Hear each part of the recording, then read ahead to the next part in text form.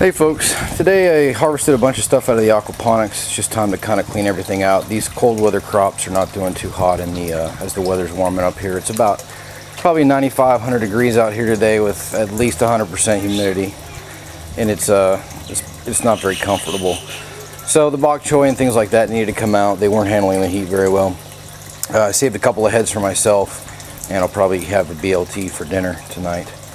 But I'll get these net cups that I use to start the lettuce in all cleaned up and get them out of here. And I'm going to put some peppers in here, start getting some more warm weather crops going here in the aquaponics system. So most of the beds are cleaned out, and I want to take you over to the tomatoes real quick and show you something that's kind of cool. Alright, so these are the Brazilian beauties, and they always form this ball shape. But this one, let's see if I can get to... The light might not be very good here on this position. But you see how he's got these divots in here? That is comparable to the pink brandy ones you're growing over here. So I do believe that this is cross-pollinated. We'll see what we get out of it. These tomatoes are very, very healthy. I know I've said this before, but I'm not having any issues with blossom end rot or anything like that. My hydroponic Brazilian beauties are ate up like a bag of chips. They're not doing too hot. Lots of blossom end rot, and I don't know, maybe I've been giving them too many newts. I've been keeping my EC at about 2, and I think I'm going to cut it back to 1.5, 1.25, something like that. I might just be sending too much nitrogen to the leaves and depriving the fruits of calcium. I know it's not a calcium issue because I've got those micronutrients there. They're obviously not getting them.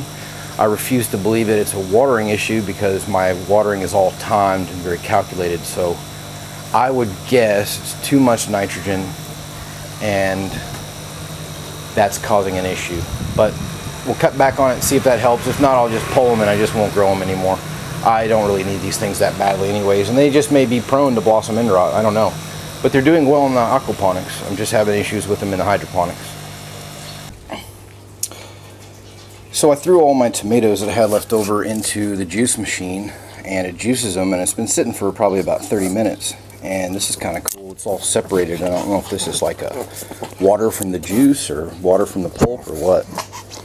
Anyways, that's all going to get mixed together with the chicken shit, and then we'll give it to the worms. Alright, so here you go, guys. This is the all the delicious chicken shit. We'll add that tomato sauce to it. Kenny, get out of there. And there you have it. I'll mix it up a little bit and give it to the worms, and they'll dig it. Now, I noticed in the last few weeks my worm population has absolutely exploded. And what I started doing in combination with the manure was following Rob Bob's advice in adding, he adds molasses, I believe. I don't have access to it. I've checked the bakery shop and all of that, and they just don't carry it. Couldn't find it anywhere. So I just threw in some brown sugar, and I don't know if it's the manure or the brown sugar or whatever, or maybe it's just the warmer weather, but my worm population has absolutely exploded. So thanks for that, Rob Bob. And while I'm on the subject of following advice, I've also been doing a good job of staying hydrated per Brock Hughes' advice. And you know, I don't have access to the outstanding IPAs that he does, so I'm just drinking the tried and true. But there is such a thing as being too dehydrated, and I learned that while pruning my tomatoes during you know, great lengths of dehydration, and you may not appreciate the outcome. So there is such a thing as being too dehydrated. Just something to keep in mind. Alright, so ready to feed the worms. I've got a bunch of cardboard in here.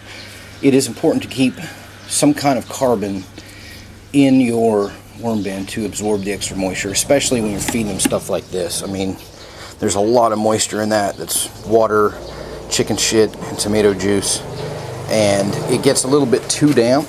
It doesn't dry out very well, so I keep a bunch of cardboard in there. I'm just going to spread that around. See, a lot of it's still dry, and that should be thoroughly wet, so I may have to spray a little water in here, but I'll spread that around with a shovel, and then I'll put this cardboard that I had in there back over the top, and that'll just serve as sort of a means of soaking up the extra moisture in the soil, or the worm castings, really. There's still a bunch of roots and stems and things like that from the lettuce, or it's actually a mescaline mix that I harvested, and that's all going to go in here too. So we'll just throw it in there, and still got a little hydroton around the roots. No big deal. We'll throw all that in there, and that's going to decompose much slower than the stuff that's been juiced, but I don't feel like running this all through the juicer, so we'll just let it break down over time. It's no big deal. Okay. Alright guys, so what I'm going to do with this grow bed is put a bunch of jalapenos in it. I'll probably put about 1, 2, 3, 4, 5, 6, 7, 8. I'll probably put about 9 jalapenos in here, and then I'll save these 2 spots and put tomatoes, because I'm going to put 2 tomato plants in the front of every grow bed down the entire system. And that'll give me 12 additional tomatoes. And if I keep them on the back side, the sun coming from the far side, then what I'll be able to do here is grow tomatoes on the end without blocking all the light. I keep mine really pruned back anyways, so light transparency is typically not an issue. But that being said, these are a little bit small to be transplanting, but as you can see, hopefully you can see, I've got a good root structure here. That's mainly what I'm concerned about. So we'll go ahead and get these planted, and I'll show you how I do that. All of my plants I start in a potting soil, and I mix in some of my worm compost with that.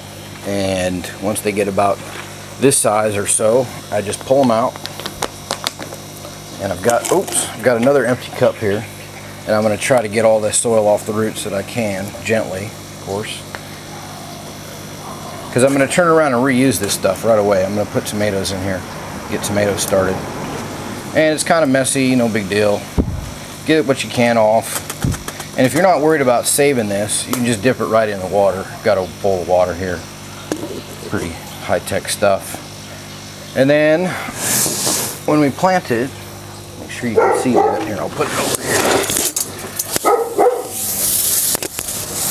I'll just take my hand and sort of cup the root, and with a downward motion, I just keep covering those roots. So as you're moving media from underneath the root, it's covering the top.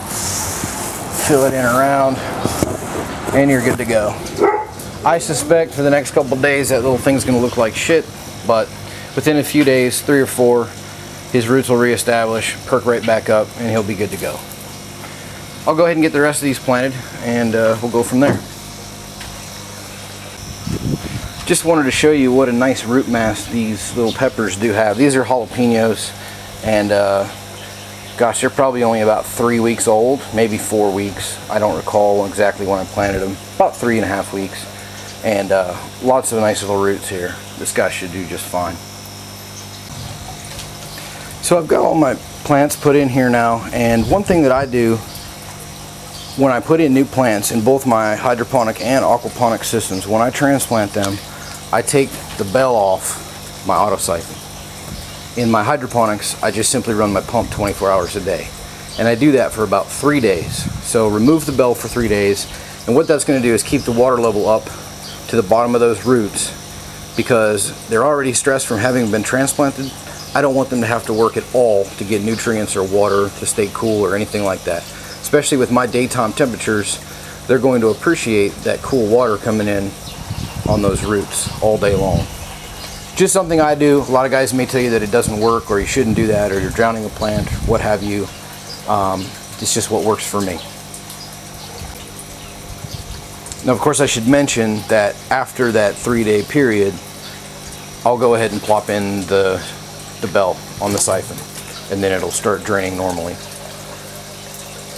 Flood and drain. My system is flooding and draining about 4 times an hour. I'd say every 15 minutes. In fact, it's just kicked in now because it was full already, and I put the cap on the siphon. So there it goes. Well, that's it for today, guys. I hope somebody out there was able to find this information useful, and we'll see you next time.